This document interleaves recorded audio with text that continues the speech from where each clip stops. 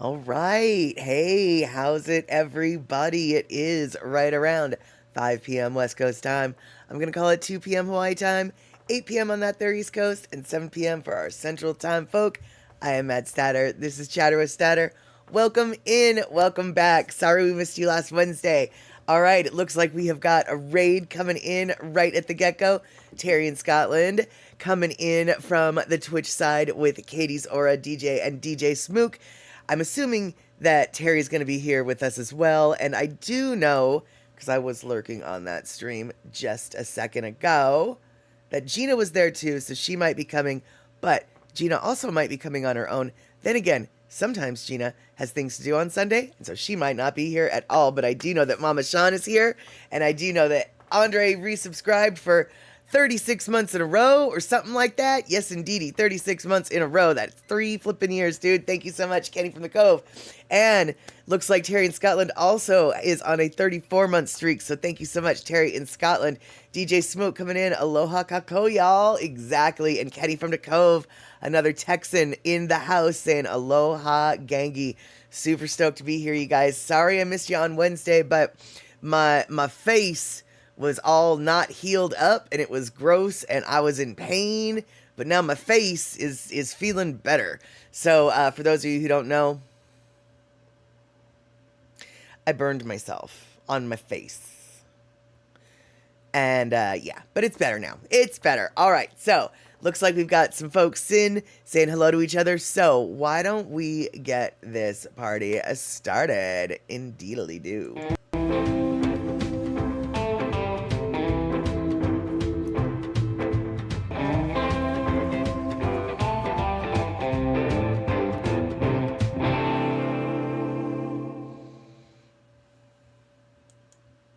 All right, I forgot to mute my mic, so you might have heard me slurping on coffee. And you know what I also forgot to do?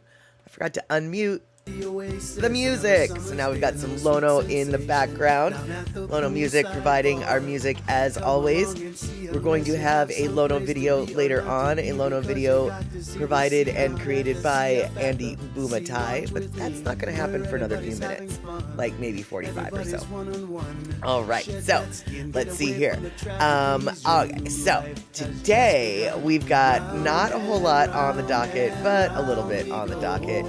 And did I get my stoner's compensation paperwork in, Molly? No, I didn't get that one. I didn't, you know, luckily for stoner's compensation, we can always do it tomorrow, right? We can turn it in tomorrow. The deadline is negligible. And it looks like Deb Case is coming in from Kentucky. Super stoked that you are here, Deb. That you are here and well enough to join us. I hope that you've got the strength to keep through to the end of the show. But if not, that's okay. You rest up. You do good. I'm super stoked you're here to say hi. And oh, you sat down for too long. Now your knees hurt. Katie, I totally appreciate what you're saying, because yesterday I did something stupid, which is I played video games for probably close to 12 hours. And when I got up from the chair, I was stiff, I was sore, it was like I had done yard work, and it was like, why is my body so sore? I haven't done anything today except for go press, press, press, click, click, click, press, press, press, click, click, click. Oh well. Hey Andre, thank you so much for the 300 bits, and apparently Twitch is gonna add another 30 bits onto that for some reason. I guess there must be some sort of special going on this weekend. And Kenny from the Cove giving Katie's Aura a little bit of guff. You're officially old when you can say that you sat down too long. Yeah, there you go. But at least Katie's Aura is also super badass, and she's a bicycle rider who does some training. So at least Katie does some things to counteract her her sitting injuries. Unlike me, who I just did some stretches and then folded some laundry and called it a day and was like, I'm exhausted. I folded laundry and I sat for 12 hours. I'm exhausted. And Katie, yeah, it's strange though I can sit on your bike for 6 hours without a break. Right, exactly, yeah. So very strange. But Your knees are doing a totally different thing when you're on your bike. That, I think you probably know. And oh my goodness, we're on a hype train. I didn't even realize that. Level 1 hype train. Thank you guys so much for the hype train. And let's see here, Mitchie Mama coming in saying hello. And hold on. It looks like we got Scar Melarina. I don't remember how to say your name, but I remember last time you came in here, I called you Scar, and I'm going to continue to call you Scar. Hey, Scar, super stoked to see you again. I know that I messed up your name now. I know that I messed up your name before. So if nothing else, we are consistent. And Andre, thank you so much for gifting Kenny from the Cove a gift sub. And oh good, everyone messes it up, laughing your Okole off. I don't know why LMAOOO was held for a moderation, but that is absolutely allowed on this channel. So, yeah, sorry about that, Scar. You got all held up for moderation for no good gosh darn reason, and I messed your name up. Jeez Louise, man. I know, no clue why it was, but it's kind of funny. It's just like, really? Because that's a name of a band, I thought, but whatever. Anyway. Anyway. And, Kenny from the Cove, it's the old people's trifecta, verbal trifecta. I slept wrong, I sat down too long, get off my lawn. Exactly. And yes, that's right, it's a mix of your biological daughter's names. We totally had this conversation before. I remember now. Doesn't mean I know how to say it any better, but I remember now. I do.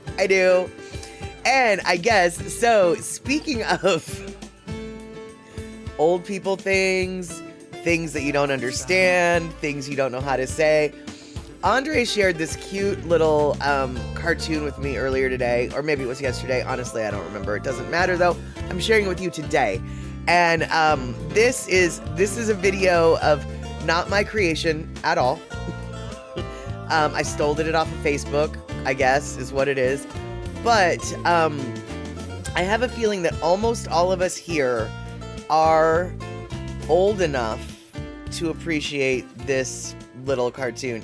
And by the way, Mitchie Mama, thank you so much for that 100 biddies. So, yeah. So while we talk about how old we are or aren't, let's talk about first let's say aloha to Pacola T, who is somewhere off Queen Charlotte Island, wishing you all a great Sunday. Ahoy, Pacola T. Yes, indeedy. You must have taken a seaplane to Queen Charlotte Island, I'm guessing. And the reason why I know that is because we may or may not have a video of some of that seaplane action from the lady in question right there. And let's see here. Okay, so you're only 28, so you might not appreciate some of this jokes there, Scar. But let's see here. Oh wait, actually, you got there on a ferry. Okay, I think that's what that was. It's a ferry.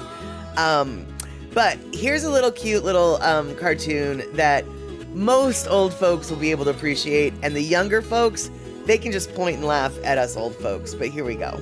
It just doesn't seem that long ago people used to use me to chart out all their grand adventures. Then my nephew Google Maps just swept in and took all the fun out of it. Tell me about it. My kid Wiki gets updated a couple of times a second, whereas I used to have to wait over a year for new information. My youngest, Urban, basically speaks an entirely different language now. I can't even understand her.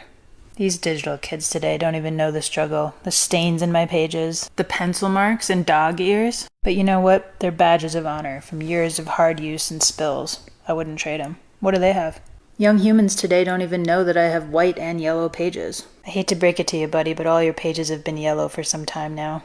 It's all just such a pity, a misfortune, a tragedy. Oh my God, just pick a word.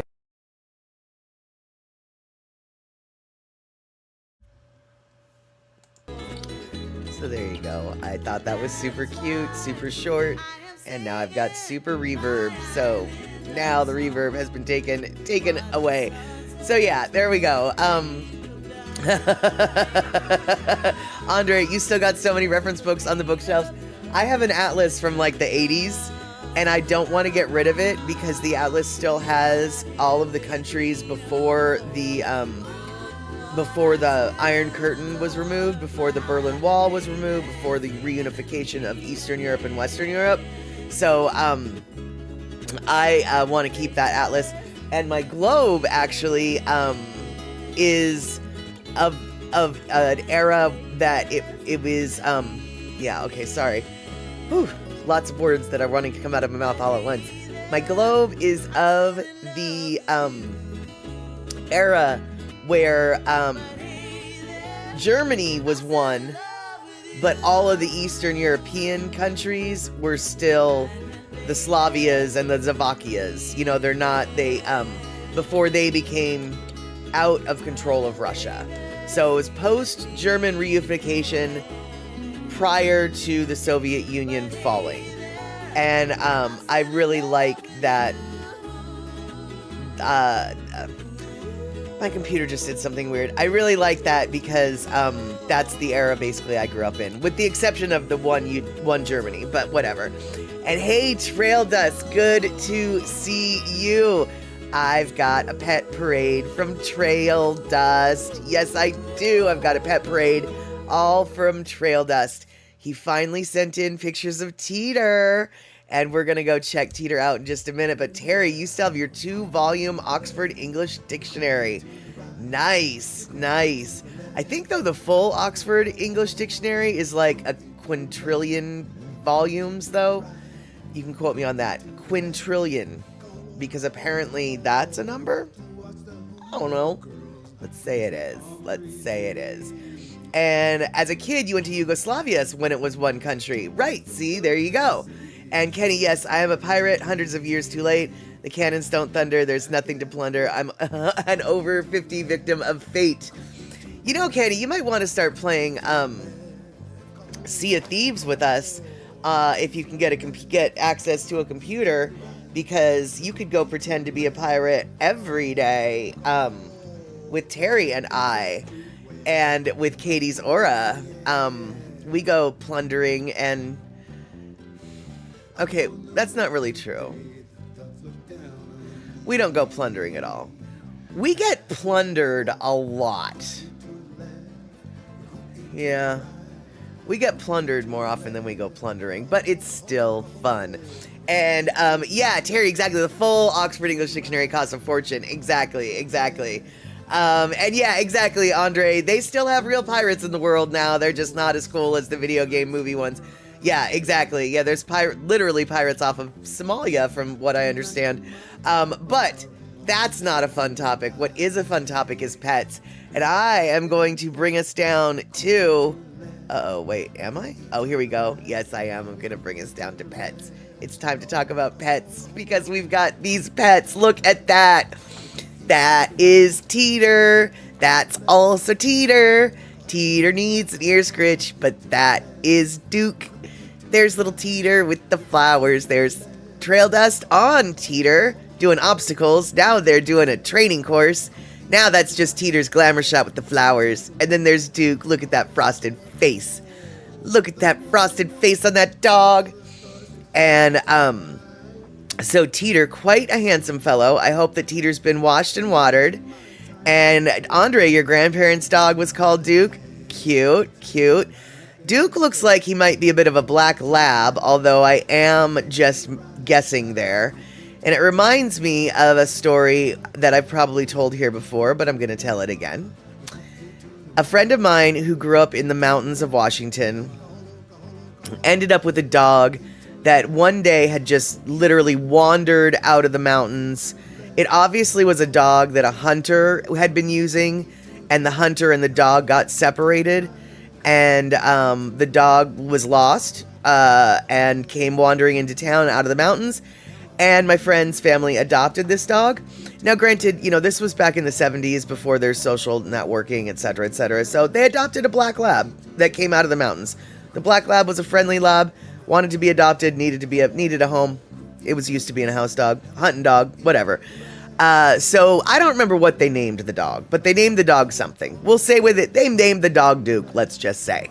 Well, Duke lived a happy-dappy life for quite some time, and then one day when Duke was in the middle of the kitchen with Mom, when Mom was making dinner, Mom said, hey, could you pass me the pepper? Because she needed some pepper for her dinner to cook. And suddenly Duke supposedly Duke, jumped up and started barking. And they were like, oh my God, is your name Pepper? And he was like, yes, my name is Pepper. And so they finally figured out that his name was Pepper. And so from then on, he was known as Pepper. And for some reason, seeing a picture of Duke, that reminded me of that. And yes, exactly, before Chip Dogs, and that's what I love to hear, Trail Dust, that Duke was a rescue.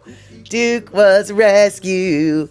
And Kenny from the Cove, you work nights, 2:30 p.m. to 11, and tend to sleep till 9 or 10 in the morning. Fair enough. Saturdays and Sundays is the only time you have to do all the stuff you used to during the day, during the week. Right, yeah, no, that totally makes sense, dude. Let's see here. So, alrighty, so, that's a teeter, right? But you know what else we could talk about? We could talk about something other than teeters. We could talk about taters, tater tots. I don't know if you guys know this. I've told you before, but I'm going to tell you again. Tater tots are actually made by Ore-Ida, as you can tell. And you might be able to tell, look at that little Ore-Ida logo. For those of you who aren't familiar with maps the way I am familiar with maps, that is an outline of the map of Oregon and Idaho in that their logo. And they're made in Ontario, Oregon, which, yeah, that's right, you knew it. We were coming up with maps. We're coming up with maps again. Teeter's brother was named Tater. Oh, that's so perfect. That is so perfect. And so Tater Tots, Teeter's brother Tater, his tots, they were born in Ontario, Oregon. Now, I don't know if you can see this because I chose a really bad color, but here is a map of most of Idaho and Oregon, and all of Oregon, and you can see that Ontario is circled in pink. And that is literally right on the border of Oregon and Idaho. There's a little faint green dotted line that I poorly drew. I should have chosen a different color than green, but I chose green. I don't, in retrospect, that was a really bad color. But you might be able to see the little green dotted line that runs through the city of Ontario. That is literally the Oregon-Idaho line. Like, literally the town of Ontario crosses the state border, and if I remember correctly, the factory is actually on the border proper. And Mitchie Mama loved tater tots, but haven't had any for decades. Yeah, totally, dude. M Shark 45, good to see you.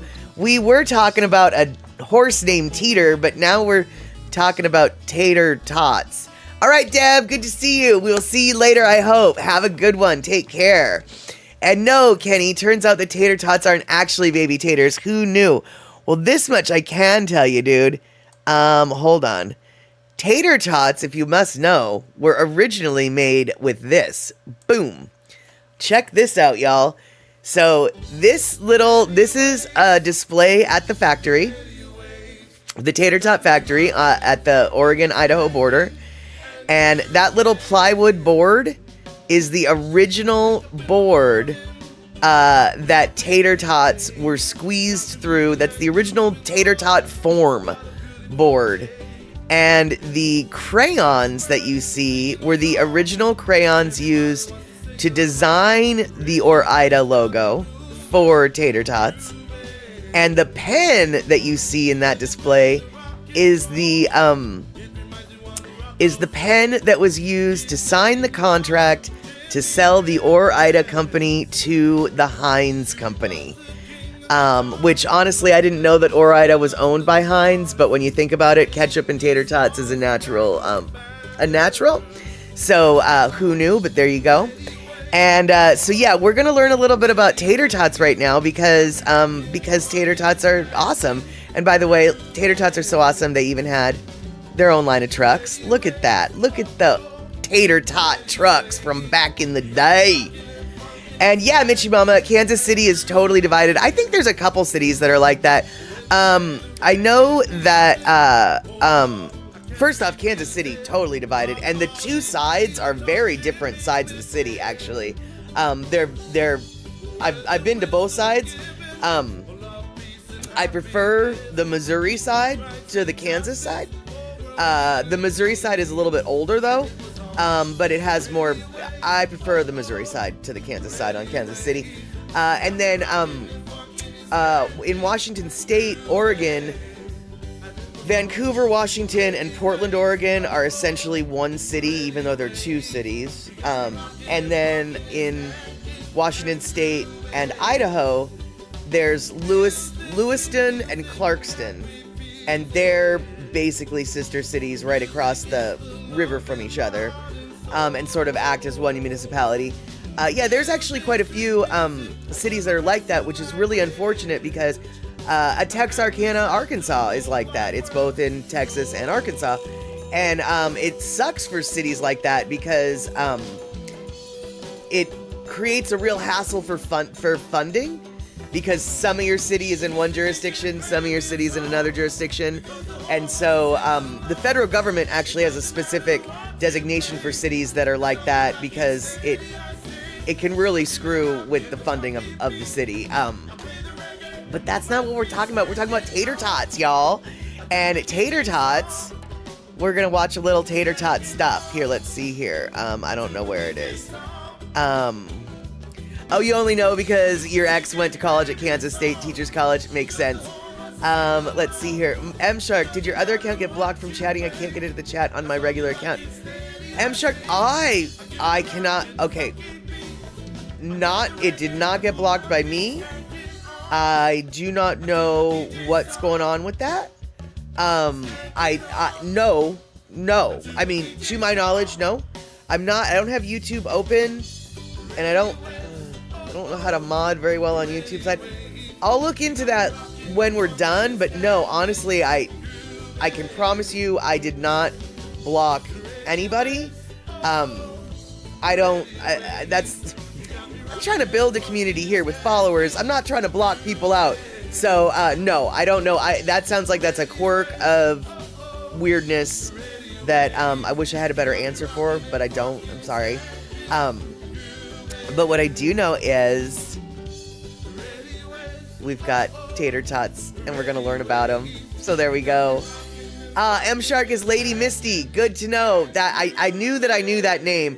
Yeah, Lady Misty, no, I don't have any. First off, I never would have blocked you. First off. But no, I don't know what's going on with that. But let me make note.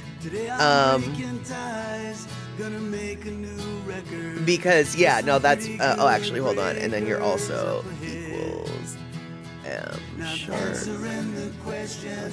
Cool. Awesome. Yeah, sorry, sweets. I cannot answer that, but I'm glad you're here. I'm glad you've got a workaround.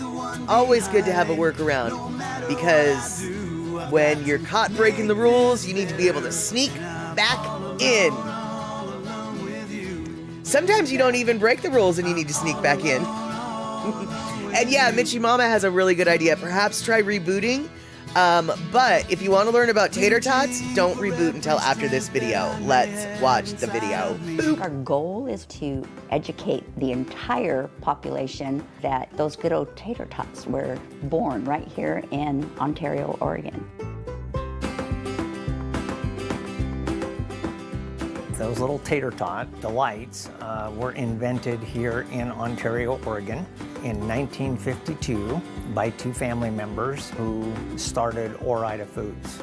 It really came out of an answer for what to do with all the stuff left over after the French fry. The best parts of the potato go in the French fry to give us the best looking product. But when you cut a potato into those French fries, you've got some pieces left over. Originally, when French fries were being made, those were just being discarded. A lot of them went to feedlots.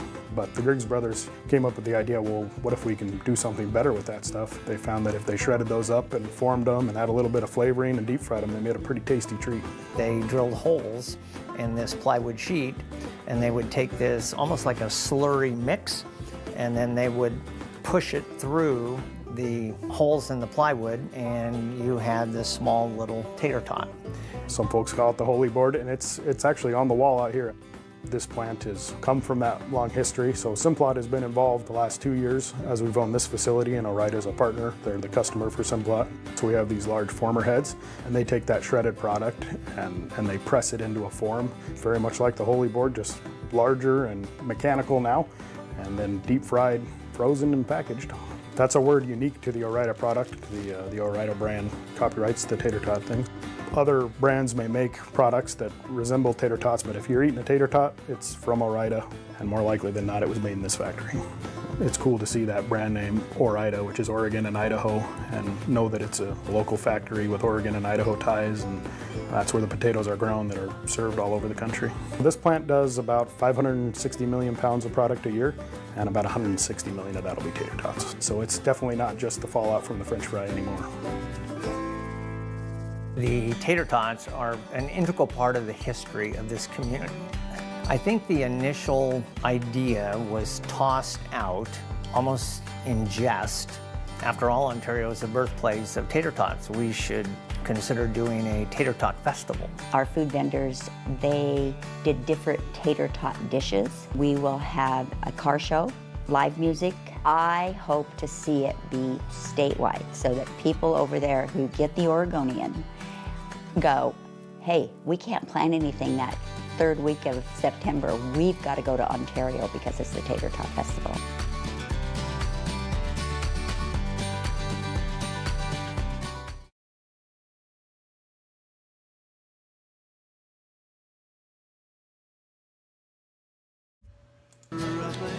Wait, is it the third weekend in September already?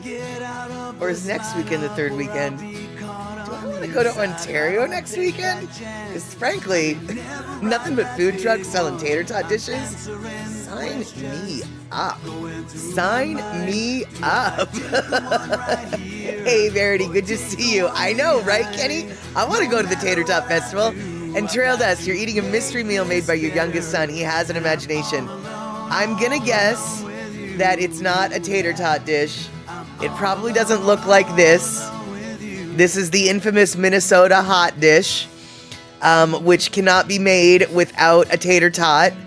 Now I know that Minnesota is the birthplace of the hot dish, but Minnesota couldn't have their hot dish without Oregon having their tater tots. And I gotta tell you, Trail Dust, I'm very curious what that meal is. First off, I'm very curious when you say youngest son, it's like, is he 5 or is he 25? Because the dinner that a 5-year-old would create is very different than a dinner a 25-year-old would create. Then again, depending upon the culinary skills and imagination of the 25-year-old, I'm very curious what your mystery meal is. And wait, was there cream of mushrooms? Is there cream of mushroom soup in it? Well, oh, my friend, I don't think, here, hold on, wait, where did it go? I'm sure somebody somewhere makes a hot dish without cream of mushroom soup. But I'm also equally sure that that person wouldn't be invited back to the potluck either. I believe cream of mushroom soup is mandatory in a Minnesota hot dish. And if it's not cream of mushroom, it better be cream of chicken. Or cream of something. Cream of, what else is there? Cream of chicken? Cream of what? Oh, are you not familiar with the Minnesota hot dish? Minnesota hot dish, as you can see, is usually ground beef, some cream of something soup, some cheddar cheese, you got yourself some vegetables, maybe, and then it's topped with a whole bunch of tater tots. Yeah, so let's see here. Oh, okay, all right, this sounds like a good meal. So he's 35, so it's chicken, rice, spinach, peppers, and spices I pronounce. Spices you probably can't pronounce is I think maybe what you meant to say. Oh, that sounds like it might be good, although depending upon the spices, yeah, that could make or break the outfit, but to me, you can't really go wrong with chicken and rice. In fact, I was telling Terry in Scotland just the other night that when you break down the food that I cook for myself, more than half of the stuff boils down to some version of chicken and rice. Be it an Asian style, Mexican style, American style, Hungarian style, whatever. It always boils down to chicken and rice, for the most part. And trail dust, cream of bacon.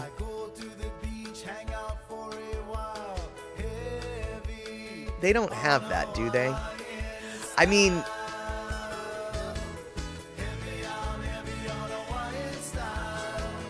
they don't have that, right? Because that sounds like it would fill my arteries with tasty goodness, and I would drink it.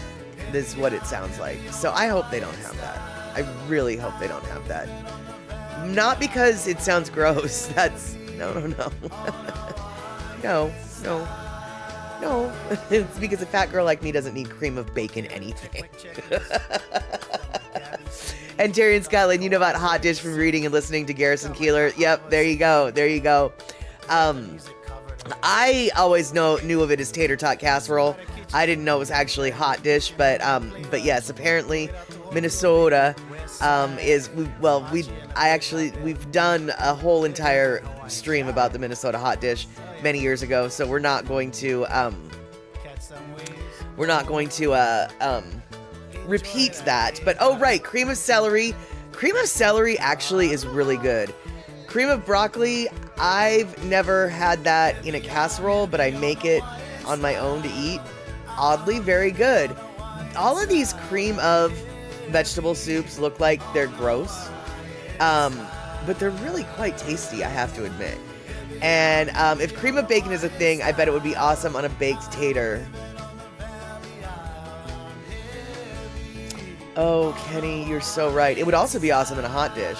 And by the way, I totally agree with you, Kenny. I think that the tater tot really is like the quintessential American thing. Because first off, potatoes do come from the Americas. So already we're working with a product that is native to our soil here. And then, as you pointed out, it's deep fried. But before it's deep fried, it's highly processed. And then it's deep fried. And then you can take them wherever on. You can put them in your pocket. You can whatever. Yeah. So I think that tater tots probably are the quintessential American food. I totally agree. I would like to debate on that side of the argument on debate team. Is the tater tot an American food or not? Is it a quintessential American food? I would say yes. If I were on debate team, I would want to be on the yes side. Of course, I'm sure I could probably find reasons why it's not as well. And Mitchie Mama, what was European staple food? Well, I don't know. I don't really know. I would imagine in different parts of, well, first off, I would imagine in different parts of the history, there would be different answers. I would also imagine in different parts of Europe, there would be different answers. But in regards to like grain and stuff, at least in like Eastern Europe, from what I understand, rye was actually the really common grain back in the day.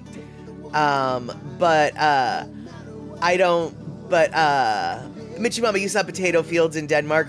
Oh, I'm sure you did. The potato is universally, is found all over the world now. But it was before the Europeans came to America, they didn't have the potato. The potato was a new world invention, right? You know?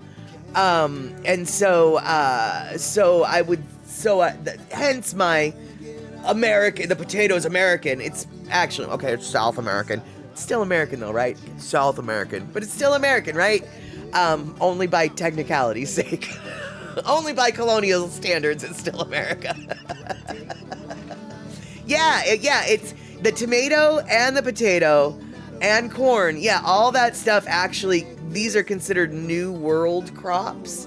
And so, and obviously after they were introduced to Europe, a whole, paradigm shift in culinary history began. I mean, can you imagine Italy without tomatoes, right? But back when Italy was in power, when Rome was Rome, they didn't have tomatoes, right? That's not what they had at all. So let's see here. Scandinavians make a flatbread with potatoes. Yeah, isn't that lefse, or am I making that up? I mean, I know Left says a flatbread. I just don't know if that's the potato version of the flatbread. But yeah, once potatoes took off, everybody loves a good tater. And Kenny, now I'm jonesing for my mom's homemade creamy potato soup with bacon chunks in it, with German hot dogs and Brocken on the side. What is Brocken? Brocken. What's Brocken? It sounds good though. Cream of potato soup, another cream soup. That's very good. Okay, it is Lefse. Okay, I'm not. You're somewhat. Well, come on, Mama Sean. Remember, I am from the Pacific Northwest. We get plenty Norwegians around here. I'm familiar with both Ballard and Poulsbo. I grew up just south of Poulsbo. We got plenty Norwegians around here. I even know what, I was just about to brag what I know about, and I can't remember what it's called. You know, that stuff that the Norwegians eat. Not lefse. The fish. In lie. You know.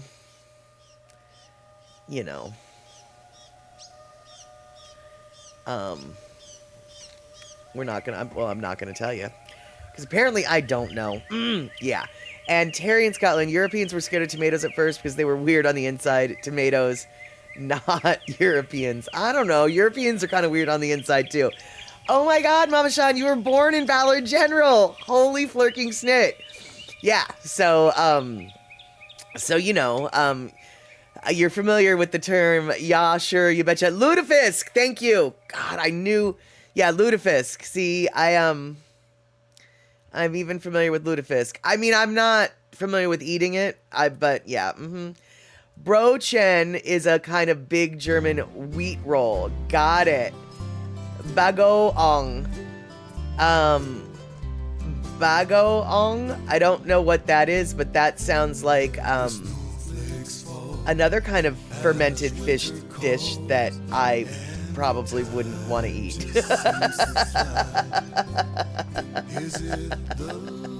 And Trail Dust, love fruit. Is that what they called tomatoes? Was love fruit? I'm not familiar with that particular term.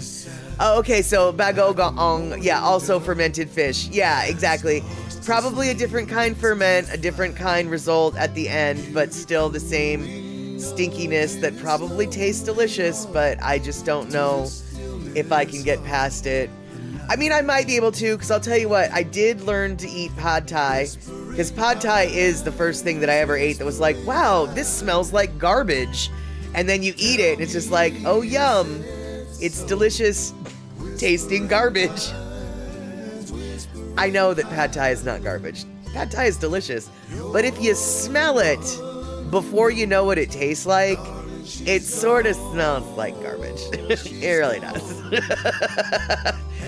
Tasty garbage, but yeah. And Terry in Scotland, I know lutefisk from Garrison Keillor too. According to him, it's an acquired taste. Yeah, and I never bothered to acquire the taste because the smell was enough. And let's see here. Oh, okay, Mama Sean, right, exactly. I don't eat it either.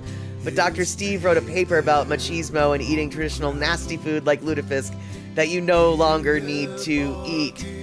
Yeah, I can definitely see how it would. I wouldn't have framed it machismo, but that's probably really more accurate.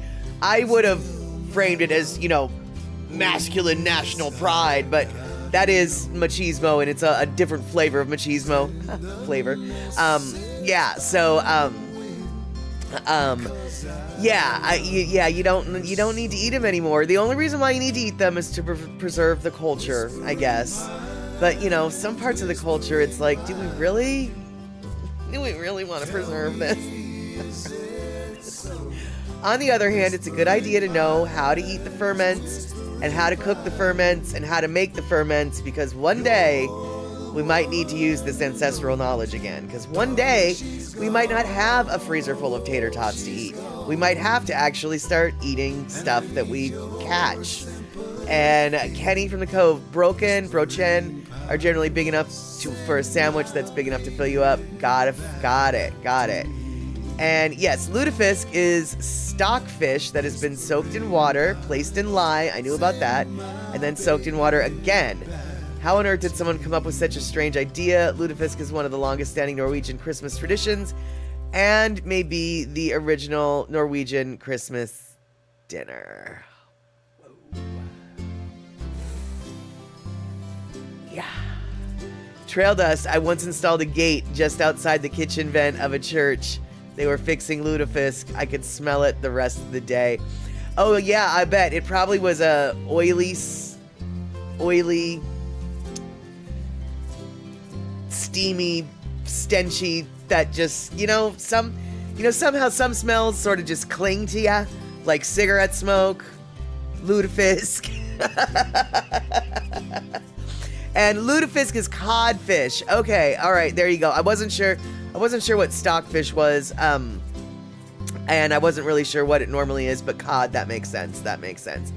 And in your humble opinion, says Kenny, most of the German cuisine is heritage food that is really only for nationalists and adventure eaters. Well, maybe. I don't know. I mean, Germany does have some good baked goods, and they do have superior breads. I'm not going to argue that. And some of their sausages are good. I do enjoy sauerkraut. But I'm sure there's plenty other things that it's just like, oh no. I mean, for the most part, a lot of traditional dishes are like that. I mean, haggis, anyone? Anyone familiar with haggis? Haggis, right? We know what haggis is, right? The sheep's stomach filled with oats and meats and veggies and this and right. Yeah, lots of people say they like it. They say. And Mama Sean, it stinks, but it's served with boiled potatoes and lots of butter. Well, I enjoy boiled potatoes with lots and lots of butter. So, that sounds like it might be tasty, actually. And some restaurants here use codfish in place of haddock. Got it. Okay. And Terry in Scotland, you once happened upon a dumpster full of herring heads in Aberdeen. They weren't soused, but you were. Well, I hope that you just left them in the dumpster. And good Lord, I hope that you wandered away from that dumpster, because that doesn't sound very... I mean, I know you guys, we talk about dumpsters here a lot, but as a general rule, if they're full of herring heads, we really don't need to hang out by those dumpsters.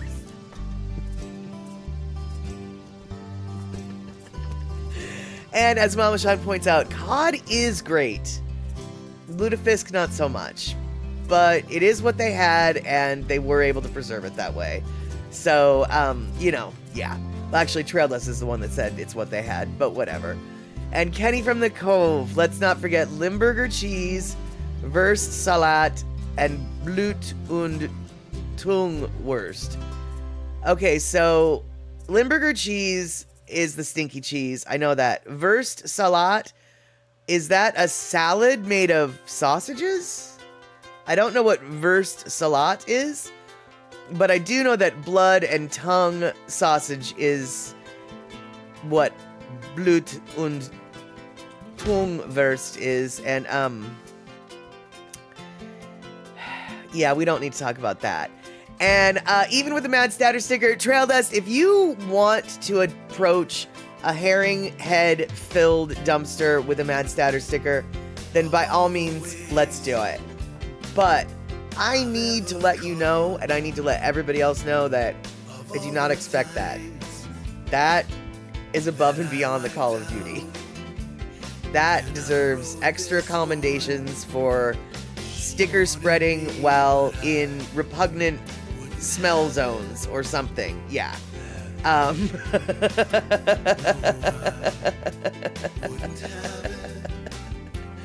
And Terry in Scotland, supposedly the grand champion of stinky foods is durians. Yeah, I've heard of that too. We have durian in our store every once in a while, and there are a lot of durian products in the Asian marts. I've never gotten up the gumption to try them. Ever. Although I did accidentally once at my Asian Mart grab a dozen eggs of balut, thinking they were regular eggs. I'm really glad I noticed the label before I bought them. And eating sparrow, you think, must be peasant food, Trail Dust? I don't know, but you'd have to eat an awful lot of sparrows to make them get your bellies full. I can tell you from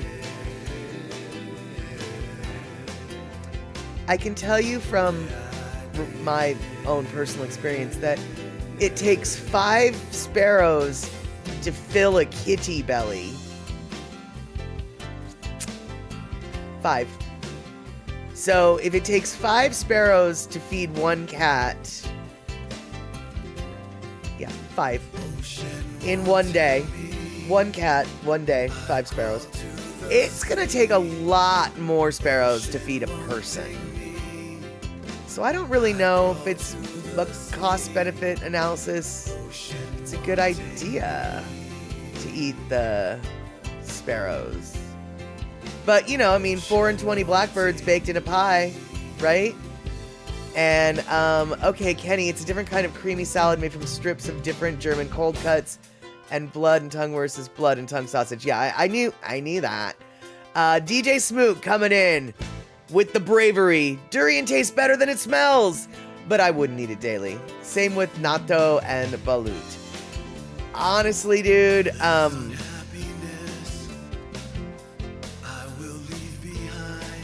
just watching people eat natto freaks me out. I don't know which I could eat more. I feel like I would have equal trouble eating natto as I would balut. The texture of natto just looks like it would freak. I mean, I look at natto and it's like, in theory, it looks edible. And then I see someone trying to eat it and it's like, oh, what's with the strings, man? No. And Missy, I hope she got a lot of views for that. I hope that Missy got a lot of views eating that balut. And Michi Mama, you don't eat natto either. Yeah, I mean, it looks like I would maybe like it until I see the strings. And Terry, yeah, natto is pretty good for your innards. I think that I think natto is fermented, right? And fermented foods are just good for your gut. And so that's why a few years ago I made it a New Year's resolution to try to eat fermented foods. And in that year I tried two fermented foods, and I still eat them. Sauerkraut and kimchi. Prior to that, I'd never had sauerkraut or kimchi because I was afeared. But now I get sauerkraut and I crave sauerkraut. In fact, you know what sauerkraut's really good with? Thanksgiving dinner. And when my friend told me that their family always has sauerkraut on Thanksgiving, I thought that was really weird. But she said that it actually it's light and briny and cuts through a lot of the heavy Thanksgiving stuff. And you know what? She was totally right. Totally right.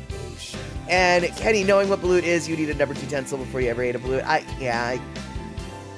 I feel like I would eat natto before I ate balut, but I really don't know. But one thing I do know is it's our Lono listening break time, and this song is the theme song, sort of, for all of us here at the Statterbox crew before we came the Statterbox crew. This is our Trail Dust. You just got a notification that Matt Statter's live. Maybe you should check it out. That'd be awesome. I bet you she would appreciate it. I bet you she'd be super stoked. And it's just in time for a Lono listening break. And this Lono listening break is the theme song for the Hamajang Gang. It's called Hamajang Jang. And I'll tell you a little bit about this song and what it means to me when we are done. But here we go. Daily Pigeon video made by Andy Bumatai. And it's our Lono listening break.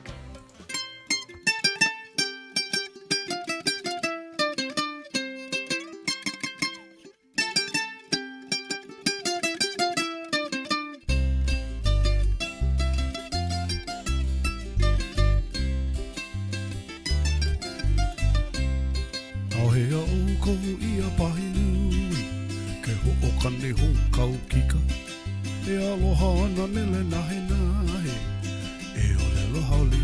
Everybody dance, everybody sing, everybody and a pama jang jang. Ahe o ko ia ata aize ke ho'okane ho kau kika e aloha ana mele nahe nahe e olelo hauli. Everybody dance, everybody sing, everybody and a pama jang jang. Ahe o ko ia jogging ke ho'okane ho baseline e aloha ana mele nahe nahe e olelo hauli. Everybody dance, everybody sing, everybody and a pama jang jang.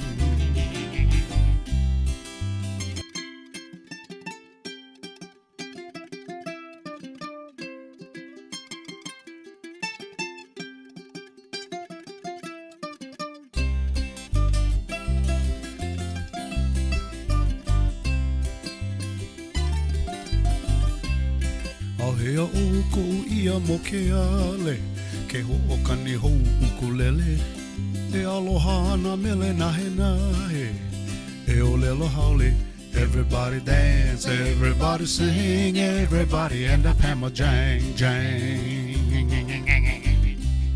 Ahea o ko ia sani chillingward ke ho'okane hou kau kika e aloha ana mele nahe nahe e olelo haole.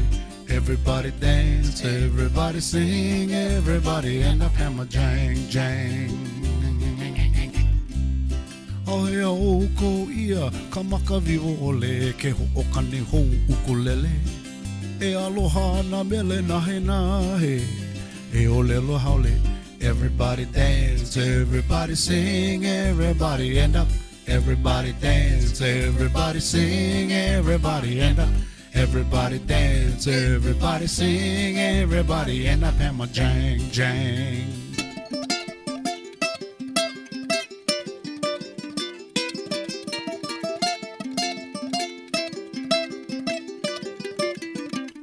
I say there.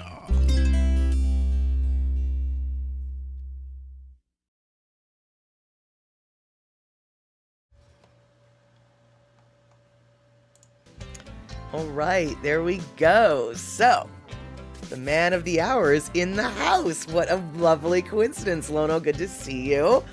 And eMusic, by the way, I don't think I saw you earlier, so I didn't get to say hello. So hello, good to see you, eMusic.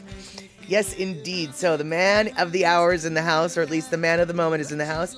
And like I said, I wanted to mention how much this song means to me for so many reasons. First off, I think we can all agree that this song really helped bring us all together during that COVID period when everybody was isolated in the house. And Andy and Lono was joining Andy, and Lono pointed out to Andy, hey, I've got this song. You guys are the Hamajang Gang. Well, I've got this song called Hamajang Jang. How about we play this song, etc., and blah, blah, blah. So we got the video, we got the music, but here's something that you might not know.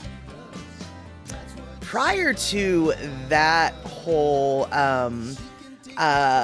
whole situation, I was suffering from a deep bout of depression. One of my friends, a few years prior to that, had killed himself, and it really threw me into a bad spiral, and it messed my brain up, and I couldn't listen to music. As much as I loved music before, I was unable to listen to music. It just sounded like noise. It was just static. It hurt my brain. I couldn't listen to music. That was the very first song that penetrated, and I got it stuck in my head, and I would wake up singing the song in my head. And so that was the song that like broke through the static for me. And so so not only is that song a great bringer together of the Hamajang Gang, for me personally, it really was a breakthrough, a break on through to the other side moment. And so I will always be grateful to Andy Bumatai and Lono Music both working together to like to break through that static within my brain scheme, and so I just wanted to share that story with all y'all. And Lono, once again, I've already told you that story, but you're hearing it again, and I want to thank you for writing that song, even though it was written a long time ago with not me in mind. By the way, if you want that song, it is on Old Style 3, and you can get it downloaded at lonomusic.com. And let's see here. The video, though, I think that's on Andy's YouTube channel, and quite honestly, I don't know if you can get the video. I don't know if Andy's got it available for download. So, but if you want the album that's on, then you definitely want to get Old Style 3. Not gonna lie, you guys, as far as the old style goes, I would say Old Style 2, 3, 4, and 5 are my favorites, but 1 is up there too, and I really like 6. 7's pretty awesome as well. It's so hard to pick. So hard to pick. And let's see here. I do know, yes, Mark, you love 5. Yeah, 5 is, seems to be an all-round favorite. And Kenny from the Cove, Lono music always pulls me out of whatever funky mood I'm in. It's the perfect medicine for your soul. Yes, exactly. I totally agree, Kenny. And not only is it the perfect medicine for your soul, what music do you want to listen to? Do you want to listen to some jazz? Do you want to listen to some rock? You want to listen to some traditional Hawaiian? Do you want to, what do you want to listen to? Because there, you've got a choice. You've got a quadrillion choices of whatever mood you're in. Lono's got a song for that. Lono's got a song that will probably work. Are you in the mood for a little country? Well, he's got songs with that little slide guitar, that steel slide. That would be on Old Style 2, by the way. If you like slide guitar, Old Style 2 is the album for you. And yeah, I really like the slide guitar, so Old Style 2 is one of my favorites. And let's see here. Oh, Michi Mama wondering if Lono knows the Narikio family, and boy, I'm fairly certain I did not say that word right. Sorry, fam, I said your name wrong. But yeah, definitely need to know where they're from, Michi Mama. Are they the Waianae? Are they the Waianae Narikios? Or are they the Maui ones? All right, let's see here. Oh, I remember what else we were going to talk about. But okay, so I guess that's all we've got to talk about for that. Although I am curious where the Narikio family is from. I really need to stop saying that name because I don't know how to say it. All right, you guys. So, have you ever thought about getting a tattoo? Have you ever thought about getting a tattoo? But you're like, I don't have the money for a tattoo. Oh, I know Lono should do it with Willie Nelson. I would love it if I could get Willie Nelson to go visit Lono. I would love it if we could get Willie Nelson to go visit Lono on Molokai, but I don't think that Willie will. I don't have a direct line to Willie. I could get, I do know one of Willie Nelson's musician friends, but I don't think that Jesse Dayton would bother to get that message to Willie for me. Frankly, I would like to see Jesse Dayton and Lono do work together, but since nobody knows who Jesse Dayton is and the like, it really wouldn't matter. But I would love to see Jesse Dayton and Lono work together. That's just my wish list. And that is just my wish list. But here's the question, you guys. Have you ever thought about getting a tattoo? Yes or no? Do you want to get a tattoo if you get $5,000? Kenny, you have 10 tattoos. You've got 10 tattoos and you want more. Would you do this? You can get a tattoo for $5,000. And no, when I say $5,000, I don't mean that you would have to pay $5,000. I mean, they would pay you $5,000. Check it out, dude. I don't think this is a good idea, and I don't know why they're doing this, but if you need $5,000, this is the easiest way to get $5,000, y'all. It is the easiest way to get $5,000. For real. We just saw Katy Perry had a QR code tattoo on her at the VMAs last night. We're Flowcode. We're the #1 QR code company in the world. We will pay you $5,000 if you're an individual if you get a Flowcode tattoo. If you're a twin, we're gonna pay you $12,500. And if you're a married couple, we're gonna pay you $20,000 if you get a Flowcode tattoo. Tat it up!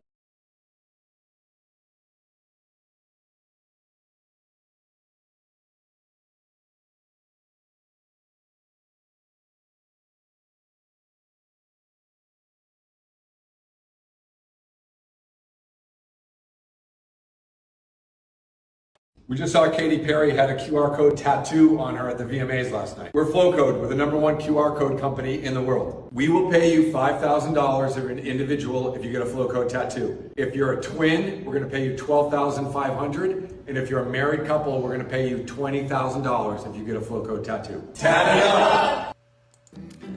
I don't know, Kenny. It's a QR code. I don't know what the QR code would be too. But the QR code, do you guys know what QR codes are? QR codes are these things right here? You know, the weird looking, let's see here. Never mind my weed. But, here we go. You know, the weird things. All right, well, I can't, you know, QR codes. They're sort of like barcodes, only different. I'm looking for something that might have a QR code on it. I'm just not seeing anything. Hey there, Ivan. So good to see you. And Andre, your computer revolted. I'm just back now, and it is still funny. Dude, actually, I had a computer issue too, which is why we had to watch that QR code video twice, because I couldn't get to my buttons to stop it. And so...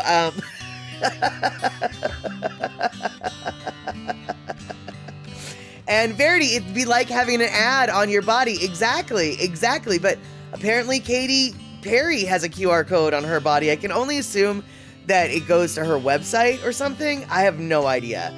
And Kenny from the Cove, I would get the QR code tattoo, cash the check, and then get my artist Adam B to cover it up. Yeah, actually, that sounds brilliant. In fact, I might take that. I might use that route. Because $5,000, dude. I could use $5,000 right now. I need to get a new septic tank and this, that, and the other thing. So, you know, come on, man. Mitchie Mama, thank you so much for those 100 biddies. Ivan, how am I? I'm pretty good. We had to cancel last Wednesday's show because I had a big burn on my face. There we go. There's the burn on my face. But now the burn on my face isn't so bad. So, so there you go. So now I'm not afraid to show my face on camera is what it boils down to. And Terry in Scotland, you would get one. Where do you get them? I know, right? For $5,000, sign me up for a QR code, right? And what was the name again? Mama Sean, the name is Flowcode, I think is what it was called. And yeah, exactly, for the biddies. And let's see here. I'm gonna say it was Flowcode, but why don't we, unfortunately... Well, god dang it, where'd we go? Here we go. Here, let's watch it again just to make sure. I think it's Flowcode, and I don't know how we're gonna do it. I guess we need to contact Flowcode for the details. And you know, it's like maybe they're gonna just give me the code of whatever it is they want to advertise. I don't care. Like, okay, cool. So QR tattoo, we're gonna do it. Kenny, let's see if we can get the info from this, and if not, I'll try to do it. But let's look at this. And one more.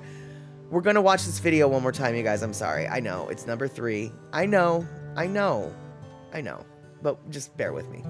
We just saw Katy Perry had a QR code tattoo on her at the VMAs last night. We're Flowcode. We're the #1 QR code company in the world. We will pay you $5,000 if you're an individual if you get a Flowcode tattoo. If you're a twin, we're gonna pay you $12,500. And if you're a married couple, we're gonna pay you $20,000 if you get a Flowcode tattoo. Tat it up!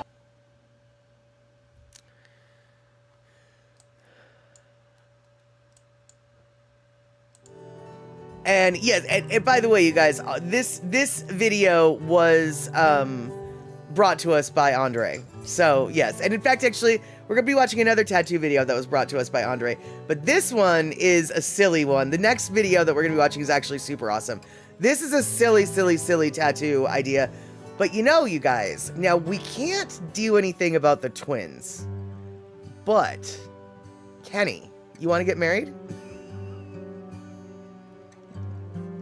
We could double our money. Because if we get married and we both get flow code tattoos, then we get 20 grand, 10 grand a pop, which means we've doubled our money. We don't have to stay married for long. We can get annulled, right? I mean, like, I kind of just have to wonder if there are people who are... I mean, it's 5 grand, y'all. Like, what are people willing to do for money? And I know that that's not that much money, but getting married and getting divorced when it's just paperwork, it's not going to cost that much. And so I just have to wonder, I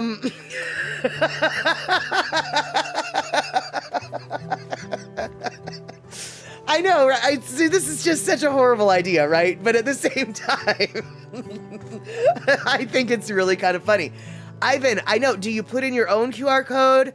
I don't know. That's what's a little unclear. If you get to choose your QR code or if they give you one that they want you to put on you. The details of this $5,000 is very unclear.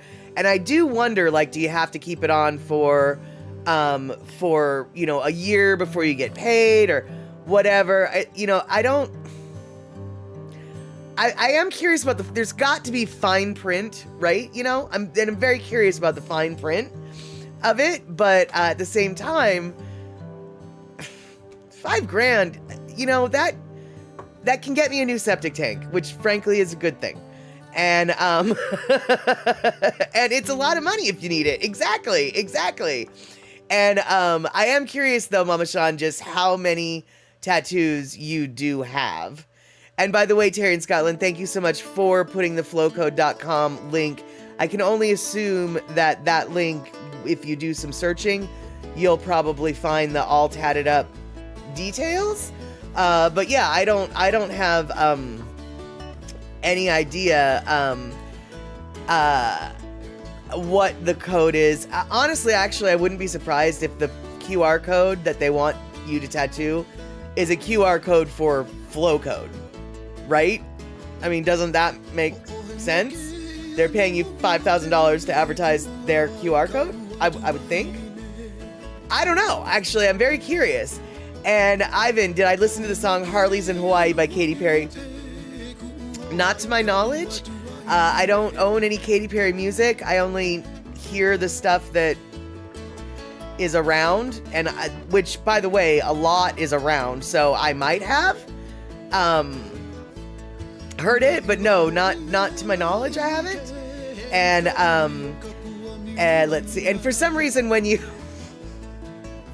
Ivan, when you talk about Harley's in Hawaii, the song that comes into my head, the Katy Perry song that comes to my head, is not that song, but it's the California Girls, Bikini Tops, and Daisy Dukes, or, you know, about the California Girls. That's the song that pops into my head. So I don't think I have, but who knows? And Kenny from the Cove, 5K would pay your property taxes for at least 3 years. Wow. Yeah, I don't think 5 grand would pay my property taxes for even 2 years, but yeah. Oh no, wait, Mitchie Mama, what happened? F you very, very much? Oh no, wait, hold on. Mitchie Mama. Fun University, very, very much. Mitchie Mama, what's going on? Did I miss something? Oh my, I'm clutching my fake pearls. And let's see here, Andre, what if you're twins and married twins? Then you cash out. Well, that's true. And you know, I was wondering though, like, when they said if you're a twin, does that mean that both the twins need to get the tattoo? And do they split the 12 grand? Or do they each get 12 grand? Oh, okay, Mitchie Mama. Oh. Whew. I thought something got a bit of a kerfuffle and I missed it. But no, F you very, very much is a Katy Perry song. Got it. Well, Mitchie Mama, look at you being all familiar with the tunage and stuff. Awesome. Okay. All right. Whew. For a second there, I thought that you were a little upset and I couldn't figure out why. Oh, it's not. It's Lily Allen. Apologies. Got it. All right. Yep. Still very familiar with the young women songwriters these days. Although, actually, I suppose now that I think about it, Katy Perry is not that, Katy Perry's probably not that young anymore. but whatever. Let's see. So, all right. So we're talking about weird tattoos. Like, I don't know, QR code tattoo. I don't even know. And, oh, you get a homestead exemption since you've been living at this address since Moby Dick was a minnow. Nice, Kenny. All right, so this video, though, also, well, okay, wait, let me find this video before we do anything. There we go. Okay, now this video was also shared to us by Andre, only this video is about a completely different kind of tattoo. This video is about a tattoo that needs a tattoo artist like nobody's business. The work that this tattoo artist does is unbelievable. It is so very difficult to make things look realistic on your tattoos with the tattoo. And what this person does is really invaluable. And Ivan, you have a little tattoo of a door to the galaxy. Nice. And Terry in Scotland coming in, F You, originally titled Guess Who, Batman, F You Very Much. It's a song by English singer-songwriter Lily Allen from her second album, It's Not Me, It's You, 2009. It's her third international single. Okay, so judging from 2009, Lily Allen probably isn't that young either, because we're all getting old, and that's just how that works. And as we get old, our body changes, and sometimes when our body changes, we need to have surgeries and weird things get removed, but sometimes you can get them tattooed back onto you, just like this. Check this out. That's actually quite common for people to lose a belly button, so why not just tattoo it back on? I'm Shaughnessy Otsuji, based in Vancouver, and I'm a restorative tattoo artist. Restorative tattooing is restoring a feature that had been lost. People might lose their belly button after a tummy tuck, a hernia repair, their areola, after breast cancer, or top surgery. Some people will bring me a photo of their old nipple and I'll try to replicate that. Oftentimes people are wanting something more exciting, like heart-shaped nipples or something more fun. A restorative tattoo can help someone emotionally. It allows someone to have the confidence that they used to have before they lost this feature. My clients react with a lot of tears, a lot of hugs. Everyone's always very happy. Something simple as a belly button can be really impactful. This type of work is very rewarding, whether it's cancer they've gone through, surgical reconstruction, it's the final step.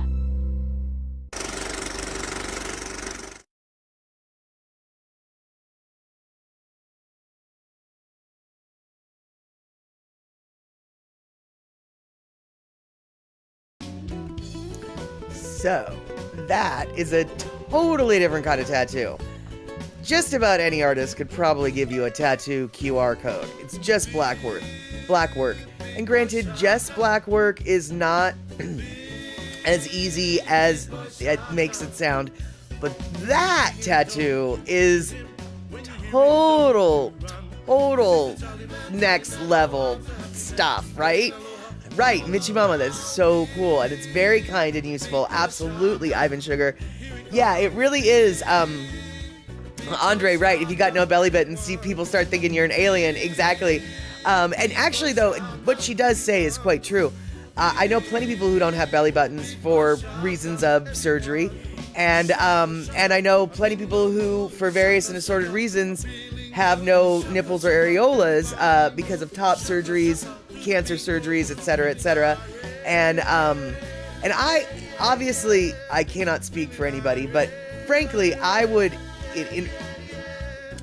if I were in that position to need a tattoo like that, not having nipples and areolas to me would probably be way more psychologically impactful in a negative way than not having a belly button. But regardless of what part you'd get tattooed back on, it is so awesome that that is available as an option for people. Now, when she said Vancouver, she meant British Columbia, not Washington. So to work with that artist, you would need to go to Canada.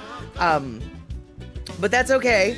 Sometimes it's good to get a little bit of a travel in for other purposes. On the other hand, I'd be willing to bet that there are artists in the United States that do that type of thing as well.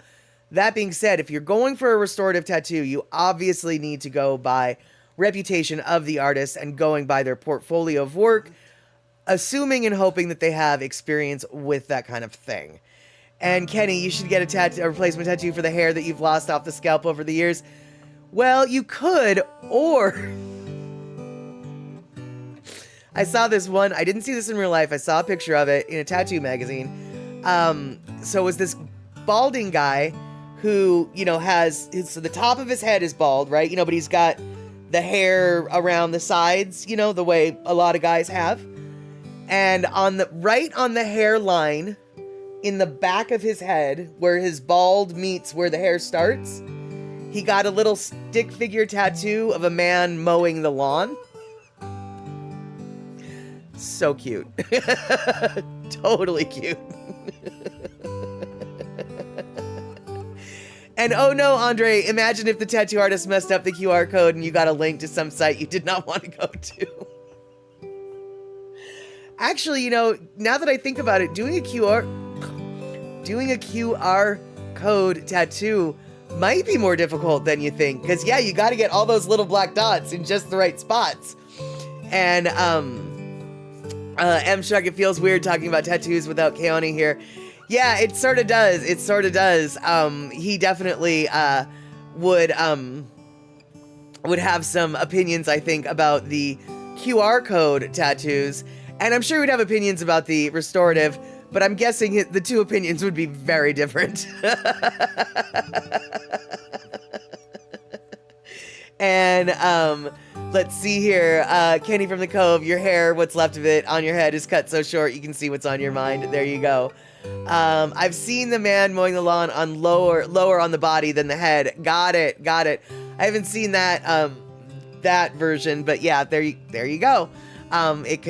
It can work anywhere, but on the head though, it's just so cute. It shows that they're really, having fun with getting older.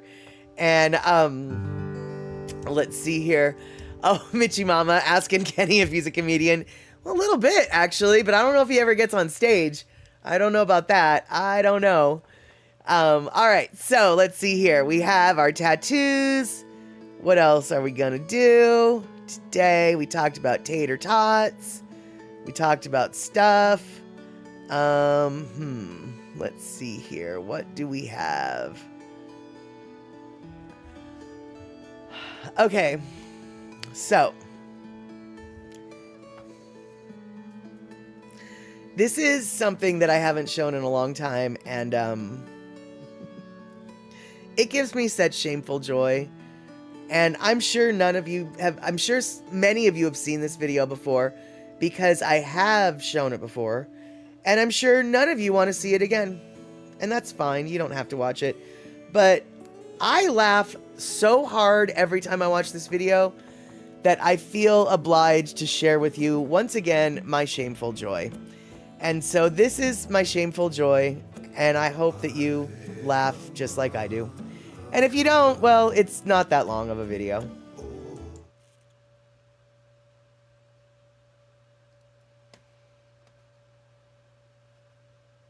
Burp.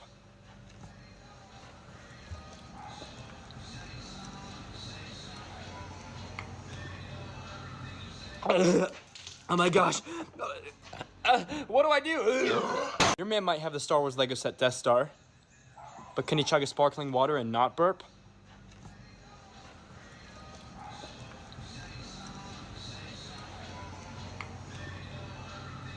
Oh my gosh. What do I do? Your man might have the Star Wars Lego set Death Star, but can he chug a sparkling water and not burp?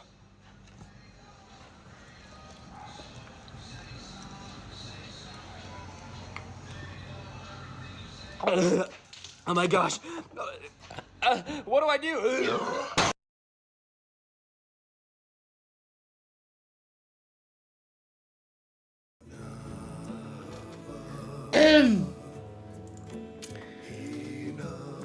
I'm sorry. I just laugh so hard whenever I see that. There's just, I can't, it's... Everything about that video is not funny, except for it's hysterical. Oh my god. Okay. So, I know, right? He was, he screwed himself coming and going, dude. I mean, he was in so much pain from that gas buildup. He's like, oh, what do I do? And then, I swear, dude, I don't know if he knocked himself out, but he hit his head really hard. And that's not funny, you guys. We shouldn't, we shouldn't laugh at people like that, but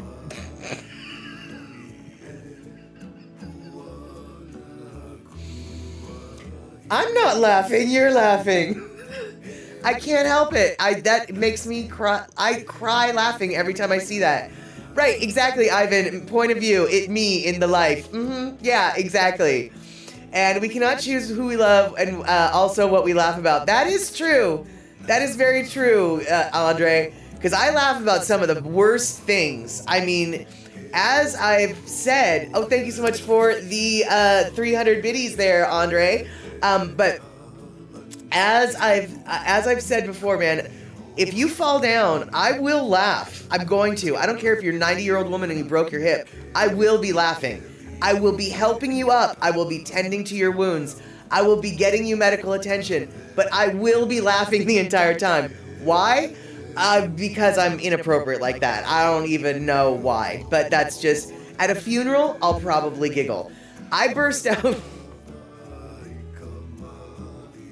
I got in trouble for this, actually.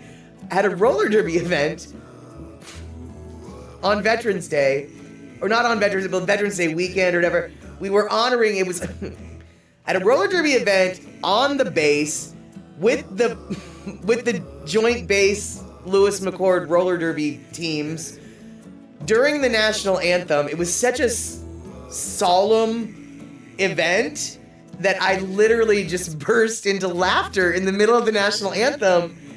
And needless to say, it was a good thing I was the head official, because I'm pretty sure I would have been asked to leave had I not been.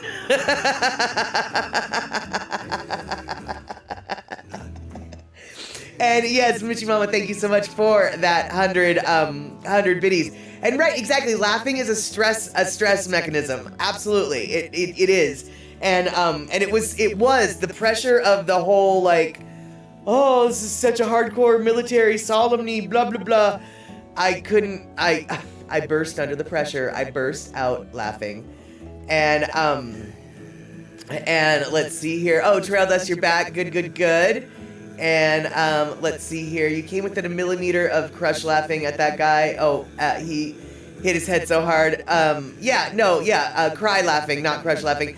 Yeah, he hit his head so hard, I swear to God. I really think he might have knocked himself out or given himself a concussion. Oops. All right, you guys, so it's a little bit before the 2-minute warning. We've got 4 minutes now. So why don't we wrap it up? I want to thank you so much for hanging out today. I did miss y'all on Wednesday, but Wednesday was a day that needed to be taken off for a lot of various reasons. Not only was my face really ugly, I had stuff that I had to take care of. And so, yes, Andre, I have had some trauma from military town living, so all the militarism is going to have a reaction. Absolutely, yeah. I grew up in I was born in a military city, and I grew up in a military town. And it left some marks, shall we say. It left some marks.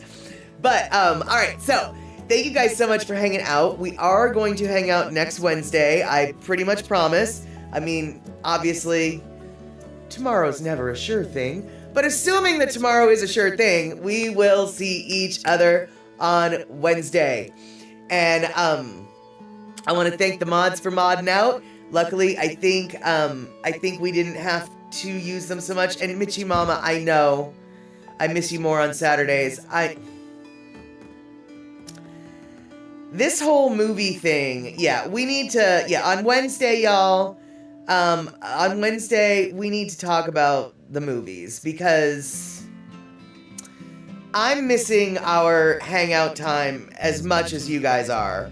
And the thing is, I've got a fork ton of movies, dude. Terry in Scotland, like, hooked me up. We've still got 2 seasons of Reservation Dogs, and not to mention the movies on Saturday, so we need to figure something out. So, on the agenda for Wednesday, let's try to all remember to talk about movie madness and how we can do what we need to do to get it done, if you know what I mean. All right, so thank you so much, Terry in Scotland, for that raid. Thank you so much, Mitchie Mama and Andre, for the biddies. Thank you so much, Subs, for subbing. Thank you so much for gift subbing and resubbing and all of the everythings. And Andre, I never go to movies much. I like company, so I have watched more movies with you guys. Andre, 100%. Until we started this weekly movie night together, I probably hadn't watched a movie in years, let alone gone to the theater to watch a movie. And now here I am streaming stuff that sometimes is still in the theater. Barbie, I'm looking in your direction. Oh, yeah, the movie, don't get me wrong, I like the creative output that this chatter community connection we all do. I love this. Dude, the movie night is just like fun. And right, Kenny from the Cove has me hooked up with a bunch of movies that we haven't even watched yet. Yeah, we still need to watch that Firefighter movie, and then I've still got a box of some that we are going to watch. Yeah, we've got movies up the yin-yang, y'all. Up the yin-yang. And you're right, I like to have a chill movie night too, man. So we need to figure that out. We'll figure that out on Wednesday. And, exactly, Elle is going to come in and solve this problem. My audio changed a bit. It sounds like I'm in a garage. It did change a bit, and I'll bet it just changed back. Thanks for that tip there, Terry in Scotland. Terry in Scotland, always good with the visual and audio production tips and qualities. All right, so now, bottom of the hour, 6:30. We've wrapped it up. We'll see each other on Wednesday. We'll talk about movies and who knows what else, but probably not tater tots because we talked about those today. All right, y'all. Have a good one. We'll see each other soon.